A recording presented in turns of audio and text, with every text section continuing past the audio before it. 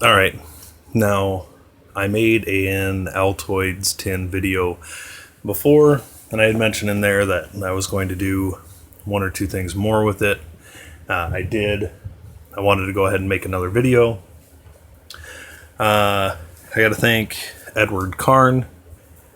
It was your videos that kind of finally spurred me to do this video and show the updates that I made to the kit. I wanted to respond to your video, but wanted to make sure I had something to back it up. Nothing negative, just wanted to make a response. I also want to thank the guys from Equipped to Endure. Great channel. Really made me think a lot about stuff, and that's awesome, of course. So, let's get right down to it. That's what my kit's in now. It is a small digital camera case.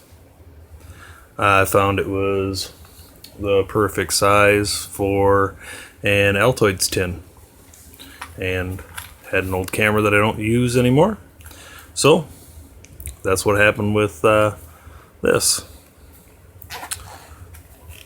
Now inside, if you remember from my other video, I didn't have a lighter. I had some other means of starting fire. Well, with this, I figured I had enough room for a lighter. So we got a little white lighter. And the nice thing about the white lighters is usually, except for maybe in the wintertime, they stand out from the ground around it if you drop it on the ground. But also you can see how much lighter fluid you have in it. And this one is full. Also, what I added was an emergency blanket. This is a full-size, large emergency blanket. It had a Ziploc top, which I cut off to save just a little bit of room, and I duct taped it down nice and snug. Other than that, thanks to Florida Adventurers and his suggestion, I went to Walmart, and for $1, I purchased a knife. This is the blade from that knife. It's half serrated, half straight. What I did is I took a piece of electrical tape and covered the blade with it. That way there's nothing sharp to cut either the case or any of the other contents. But there you go, a little bit bigger blade than what I had before. I figured you could make a handle out of this or use it as is, but you got a little bit bigger blade there.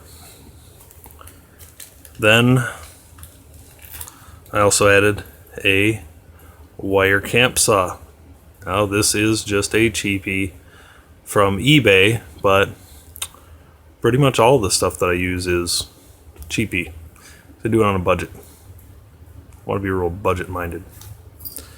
I also have, I put them in the sides here, the rings for the wire saw. I don't have them on the wire saw because it's easier to pack in here when they're off. Also, I have the flavoring from ramen noodles. Ooh, meal in a packet, right? Come on guys, who doesn't like this stuff? And then I have the kit itself. And the case is empty. The nice thing about the case is it does have a belt loop on the back. Also has a ring where a little clip goes with a wrist lanyard, but who's going to use that? Seriously. And the kit, which of course I have 3 rubber bands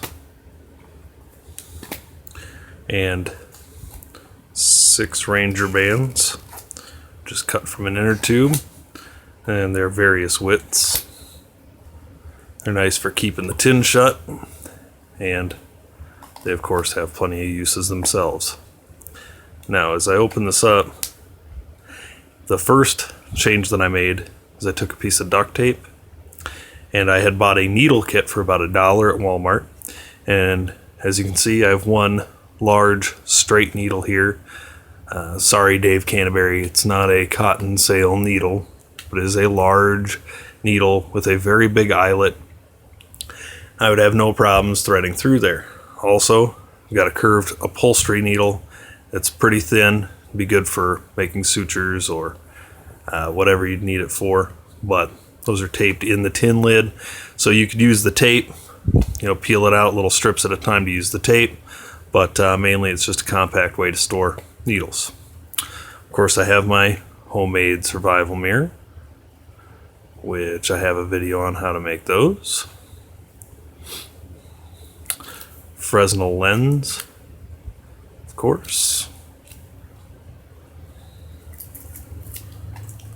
I have several feet of regular aluminum foil, and inside I have a 1-quart zip top bag for food storage and for food boiling. Then I've got several feet of heavy duty aluminum foil, great for boiling. Again, my cat has decided he wants in on the video. He won't stay out of the room. Then on the kit itself, I added a small, very small fire steel. Got this online for about $1.50 with shipping. It does work. I've used it once. Fits in here, along with the striker, which is kind of stuck in there at the moment. I'll show you that in a minute. Then I have 3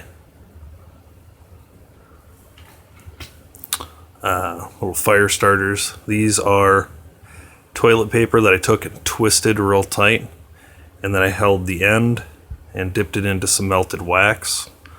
I used cheap tea light candles, so this isn't, this is like a real dry wax. It's not, waxy. It actually feels hard and dry. But there are 3 of those, and there's a little bit of fuzziness sticking out to make it easier to light with fire steel.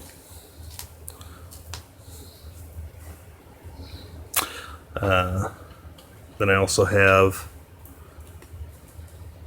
3 cotton balls wrapped in thread to keep them compact. These 2 are just dry. This one is soaked in some oil. It's wrapped in plastic. Then I also have a book of matches that I took most of the outside off of and just left the striker. Kind of save on space. I've got it in a little plastic bag to keep it dry.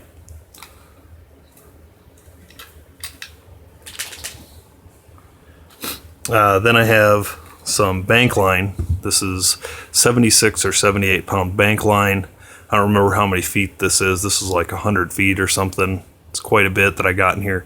This is also multi-strand, so you can actually break this down to smaller bits of cordage. Then I have 2 types of fishing line here. I've got 8-pound test, which I have a couple hundred feet of, and then I've got 20-pound test, which I think I have 120 feet of, just wrapped up nice and tight. Along with that, I have a little fishing kit. Now in here, I've got some hooks, I've got some jigs, and I've got some sinkers. No, I don't put a cork in here. Corks take up a lot of room. Personally, I don't think they're necessary. And to be honest with you, if I really need a float of some sort, I can rig one up. Otherwise, honestly, I'm going to use like an overhanging branch or something like that, or I'm not going to need a float. Here's the striker for that small fire steel. Then I have a little knife. This is a knife that I had in here before. It's got 2 blades and an awl. Blades are sharp. The awl is great for a fire striker, but just a good little compact knife, fits right in the tin. I also have a small whistle. You can pick these up online for a couple bucks. I had this one laying around. It's fairly loud. Barely blowing through it. It's pretty distinct. but again, small enough to fit in the tin. Then I've got 2 razor blades, and what I've done with these is I've put tape on the corners and wrapped it with plastic. So again, nothing sharp, sticking out, won't even cut through the plastic. Got a little button compass, nothing special, just tell you general direction. Some twist ties, find a lot of use for these. It's compact.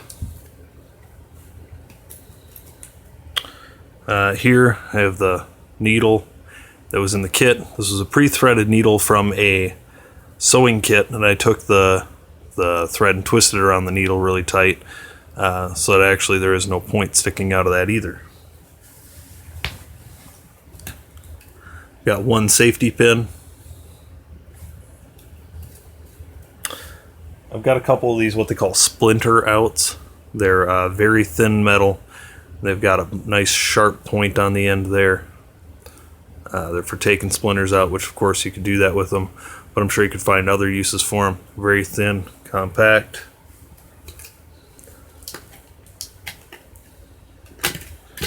Then I have, this is green craft wire.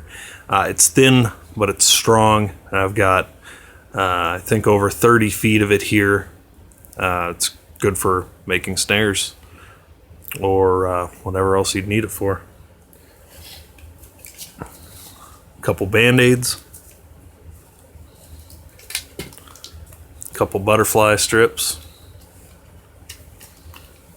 and a couple alcohol pads. These are great for starting fires, but also good for cleaning wounds.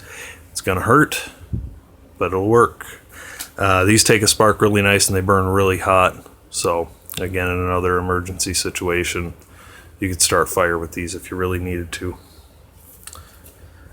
And that's it. That's my kit.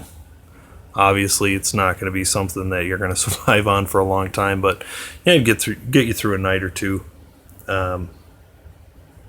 Again, thanks to everybody for the inspiration, and keep posting videos because they're great to watch and it makes people think. I know it makes me think, and gets me doing this stuff. So, all right, thanks guys.